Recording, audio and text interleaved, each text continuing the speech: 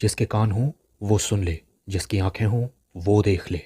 हम उन लोगों के लिए विशेष धन्यवाद देना चाहते हैं जो हमें SBI पे, गूगल पे और पेपलिंक के द्वारा हमारी सेवकाई में बोते हैं। डिस्क्रिप्शन बॉक्स में दिए हुए लिंक से आप भी बो सकते हैं।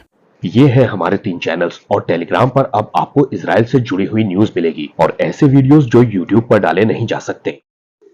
एक दिन यीशु मसीह एक धनवान शख्स के बारे में बताते हैं जिसे परमेश्वर ने बेवकूफ कह दिया। आइए देखते हैं कि उसे बेवकूफ कहा क्यों गया था। लूका 12:18। और उसने कहा, मैं ये करूंगा, मैं अपनी बखारियां तोड़कर उनसे बड़ी बनाऊंगा। दरअसल इस आदमी की फसल थोड़ी सी ज्यादा हो गई है इस बार और वो सोच रहा है कि पुराने स्टोर हाउस कम पड़ जाएंगे, इसलिए बड़ा बनाऊंगा अब मैं। आगे वो कहता है, और वहां अपना सब अन्न और संपत्ति रखूंगा और प्राण से कहूंगा कि प्राण, तेरे पास बहुत सालों के लिए बहुत संपत्ति रखी हुई है, चैन करके खा पी और सुख से रहे। Eat drink and B Mary. मतलब इतना हो गया है तो अब मौज काट बस। इस आदमी को इतनी अकल आई है, मेरे पास आगे आने वाले सालों के लिए बहुत ज्यादा हो गया है, इसलिए बस मुझे निश्चिंत रहना है और मजे लेने हैं जिंदगी के, सुख से रहना है। लेकिन परमेश्वर इस आदमी को अगली आयत में मूर्ख कह देते हैं। लेकिन परमेश्वर ने उससे कहा, हे मूर्ख, दाऊ फूल, इसी रात को तेरी जान तुझसे ले ली जाएगी। तब जो तूने इकट्ठा किया है वो किसका होगा? परमेश्वर का सवाल है कि जो तूने इकट्ठा किया है वो किसका होगा? ये आदमी अपना ही भला सोच रहा था,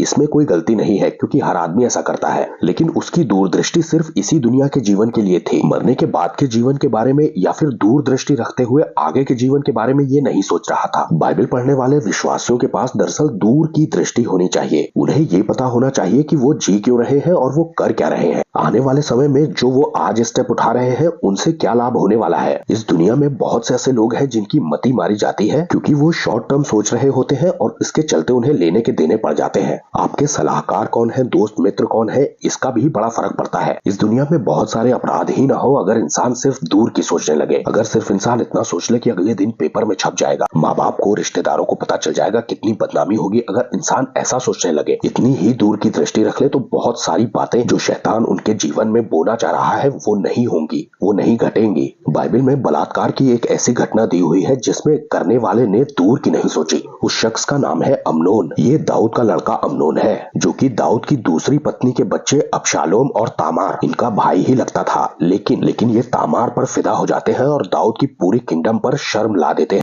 दूसरा शमूएल 13:12। उसने कहा, हे मेरे भाई, ऐसा न कर, मुझे भ्रष्ट न कर, क्योंकि इजराइल में ऐसी मूर्ता का काम नहीं होना चाहिए। फिर मैं अपनी इनामधराई लिए हुए कहां जाऊंगी और तू इजराइलियों में एक बेवकूफ गिना जाएगा। तामार उसे समझा रही है कि तू बेवकूफ गिना जाएगा, तू राजा से यानी दाऊद से बातचीत कर, वो मुझको तुझे ब्याह देने के लिए मना नहीं करेगा। आगे लिखा है, परंतु उसने उसकी न सुनी और उससे बलवान होने के कारण उसके साथ कुकर्म करके उसे भ्रष्ट कर दिया। ये तामार से बलवान थे इसलिए उन्होंने कुकर्म कर दिया उसके साथ। अमनोन को जो चीज कल मिल सकती थी वो उसे आज ही चाहिए थी और अपने तरीके से चाहिए थी। दाऊद की किंगडम को ढहाने में अमनोन का बहुत बड़ा हाथ है दोस्तों। इस पूरी घटना को आप पढ़िएगा जरूर। 2 साल के अंदर ही अमनोन को अबशालोम मार देता है, तामार का भाई। अमनोन के ऊपर बलात्कार करने की ऐसी आत्मा चढ़ी हुई थी कि उसको दूर का सोचने ही नहीं दे रही थी। ये भी बता दूं कि ये ट्रिक भी उसको उसके एक दोस्त ने बताई थी। वो तामार से तो बलवान था लेकिन वो समय से बलवान नहीं था। याद रखिए, मूर्ख समय पर दूर की दृष्टि नहीं रखते। सबको